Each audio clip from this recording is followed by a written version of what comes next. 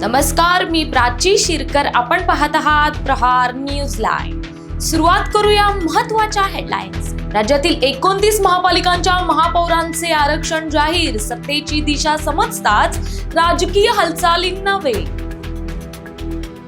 मुंबई पुण्यासह 15 महापालिकांमध्ये महिला महापौर होणार. स्थानिक पातळीवर महिला राज येणार. मुंबईत महापौर पदासाठी भाजपच्या केरकर, शिरवडकर, कोळी, सातम, गंभीर, तावडे यांच्या नावांची चर्चा.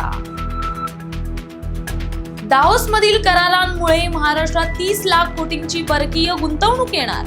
राज्याच्या विकासाला गती येणार. मुख्यमंत्र्यांनी दिली माहिती. कोळंबी उत्पादन आणि मत्स्य व्यवसायासाठी दिल्लीत महत्त्वाची बैठक. महाराष्ट्रातून मंत्री नितेश राणेंची विशेष उपस्थिती.